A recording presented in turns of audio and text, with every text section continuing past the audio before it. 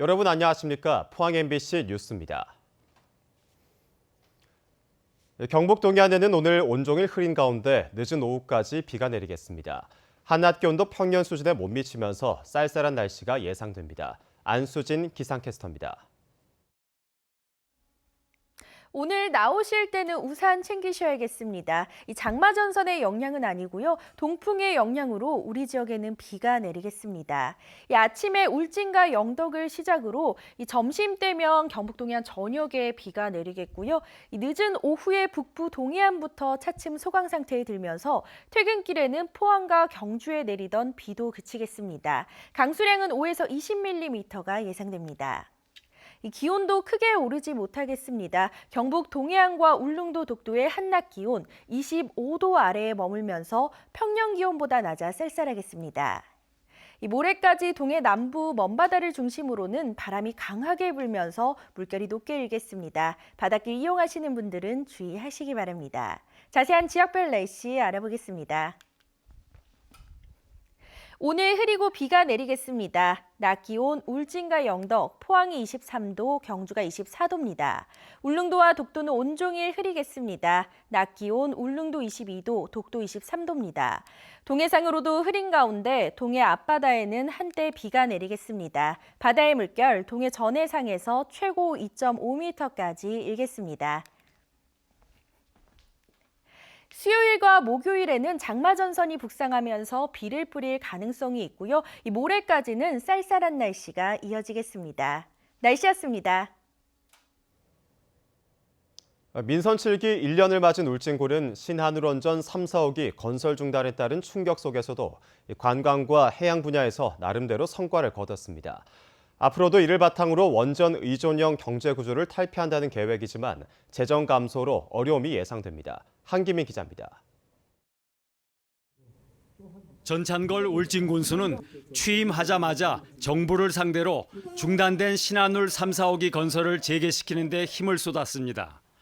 50만 명에 육박하는 범국민 서명운동을 바탕으로 공론화 절차와 특별지원법 제정을 줄기차게 요구했지만 정부의 완강한 태도로 소통 통로마저 막힌 상태입니다. 답답한 상황 속에서도 최근 확정된 2021년 경북 도민체전 유치는 그나마 위안입니다.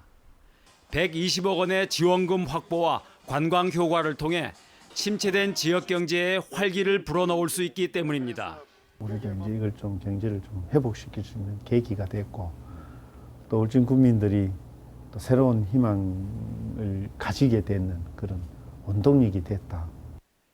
해안 경계 철책의 국비 철거가 추진되면서 관광 개발에 돌파구를 마련했고 금강송 산림생태 휴양단지 등 관광시설이 속속 조성된 것도 성과입니다. 울진군은 원전 의존형 경제구조 탈피를 앞으로의 정책 목표로 내걸었습니다. 바다와 숲, 온천을 활용해 관광 휴양 산업을 육성한다는 겁니다. 당장 내년에 국립해양과학교육관과 골프장, 백암숲 체험장, 왕피천 생태 케이블카가 준공될 예정이고 후포 국제마리나항과 해양치유관광단지도 추진 중입니다. 대한민국의 건강을 책임지는 울진군, 해양치유, 숲치유, 온천치유, 거기서 스포츠. 그래서 그걸 통해서 앞으로 울진군이 살아갈 수 있는 방향이다.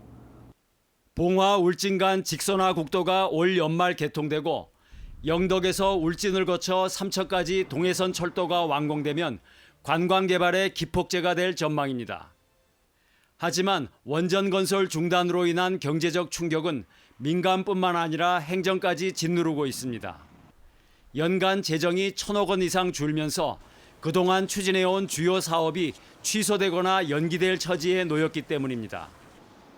지역 경제 침체 속에 관광 중심의 독자적 생존 전략이 얼마나 성공을 거둘지 관심이 모아지고 있습니다. MBC 뉴스 한기민입니다. 경상북도 농업기술원은 본격적인 무더위가 시작되면서 이달부터 폭염 피해 대응 현장 기술 지원을 실시합니다. 또 장목별 폭염 피해 예방법과 축사 및 비닐하우스 등의 관리 대책 등을 담은 폭염 피해 대응 현장 기술 지원 매뉴얼을 제작해 일선 시군에 나눠줬습니다. 한편 경북에서는 지난해 기록적인 폭염으로 인해 농작물 4천 헥타르가 피해를 입었고 가축 2만 7천여 마리가 폐사했습니다. 경주 옥산서원 등 한국의 서원 9곳이 유네스코 세계유산으로 등재됐습니다. 9곳 가운데 경북에 있는 서원이 4곳이나 됩니다. 이 서원의 세계유산 등재 의미와 앞으로의 활용과 보전 방향을 조동진 기자가 보도합니다. 아제르바이잔 바쿠시에서 개최된 제43차 세계유산위원회입니다. 두 번째 도전 끝에 한국의 서원 9곳이 세계유산으로 등재가 채택됐습니다. AB.21 adopted as amended.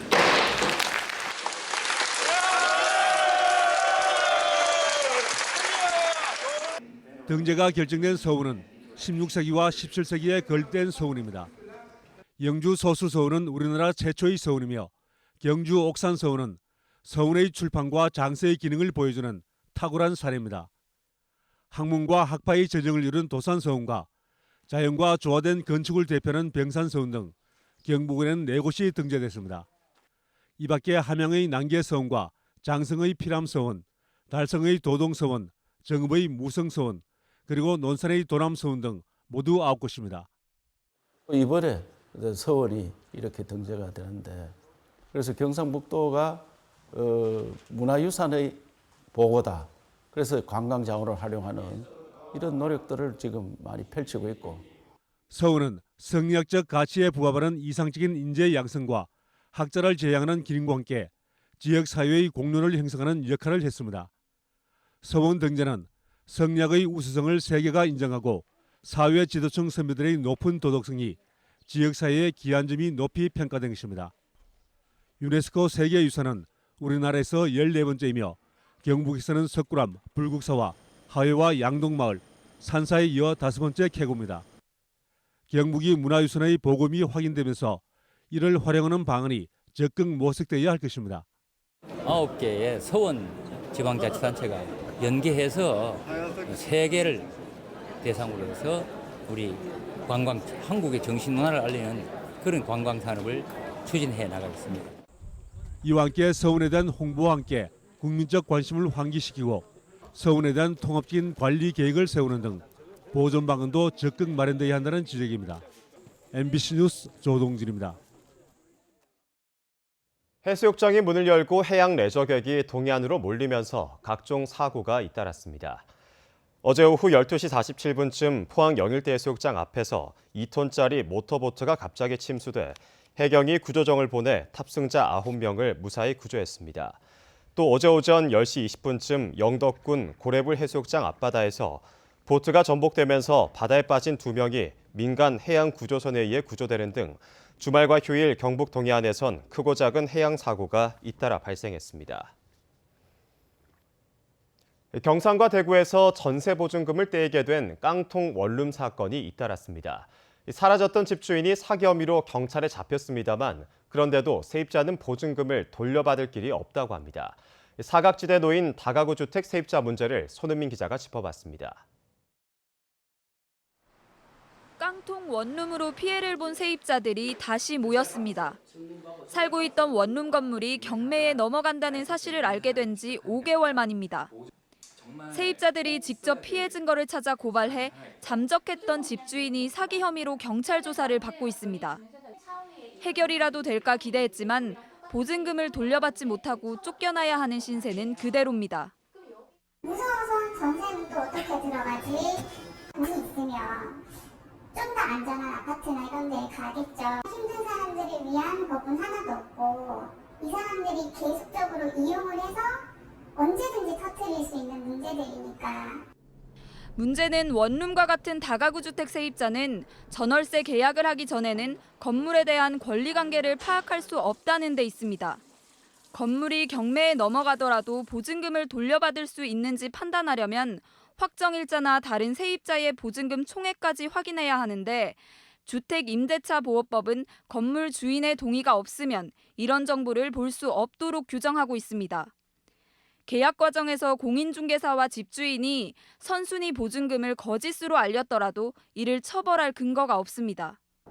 정부가 깡통 전세 피해자를 막겠다며 내놓은 전세금 반환 보증도 보호막이 되지 못합니다. 전세 현황 계약서를 가져오라고 요구를 하고 있습니다. 결국에 임대인의 도움이나 아니면 다른 다가구 주택 거주자들의 도움이 있어야 되는데 현실적으로 이 도움을 받기 어려운 경우가 많습니다. 보험도 집주인이 전세 보증금보다 먼저 갚아야 하는 빚이 집값의 60%를 넘지 않아야 가입할 수 있습니다. 결국 정부 대책이 다가구 주택 세입자에겐 무용지물인 셈이어서 보완책이 필요해 보입니다. MBC 뉴스 손은민입니다. 경북 테크노파크는 경북 지역 스타트업 기업 5곳이 요즈마 그룹과 함께 이스라엘 시장 공략에 나서고 있다고 밝혔습니다. 참여 기업은 휴대용 체성분 측정기를 개발하는 포항의 원소프트다임과 호흡 재활 치료용 게임 의료기를 개발하는 소니스트 등으로 이들 기업은 최근 이스라엘을 방문해 현지 바이어 상담과 투자자 미팅 등을 진행했습니다. 지역 간 문화 격차는 오랫동안 이어져온 우리 사회의 숙제입니다. 문화 소외 지역으로 들어간 미술가의 공간이 주민들의 휴식과 문화 공간이 되고 있습니다. 한 주간의 문화 소식과 함께 김정진 아나운서가 전합니다.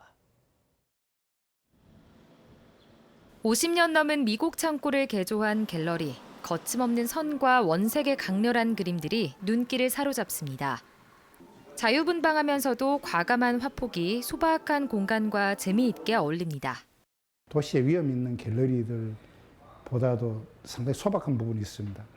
문을 열고 들어오면 시골의 풍미가 같이 앉아서 그림 속에 배어있는 그런 갤러리인 것 같습니다.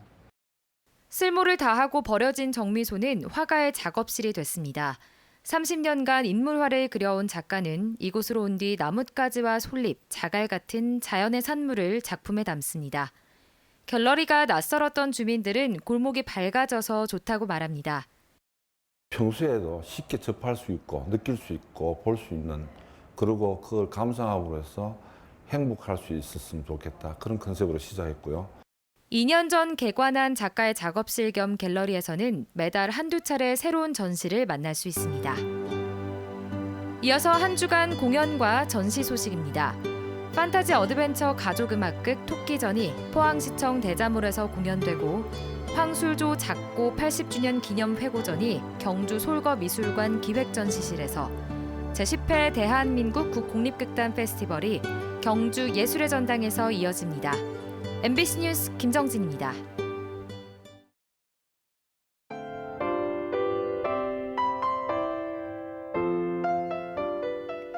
오늘 나오실 때는 우산 챙기셔야겠습니다. 이 장마전선의 영향은 아니고요. 동풍의 영향으로 우리 지역에는 비가 내리겠습니다. 이 아침에 울진과 영덕을 시작으로 이 점심때면 경북 동해안 전역에 비가 내리겠고요. 이 늦은 오후에 북부 동해안부터 차츰 소강 상태에 들면서 퇴근길에는 포항과 경주에 내리던 비도 그치겠습니다. 강수량은 5에서 20mm가 예상됩니다. 이 기온도 크게 오르지 못하겠습니다. 경북 동해안과 울릉도 독도의 한낮 기온 25도 아래에 머물면서 평년 기온보다 낮아 쌀쌀하겠습니다. 이 모레까지 동해 남부 먼바다를 중심으로는 바람이 강하게 불면서 물결이 높게 일겠습니다. 바닷길 이용하시는 분들은 주의하시기 바랍니다. 자세한 지역별 날씨 알아보겠습니다.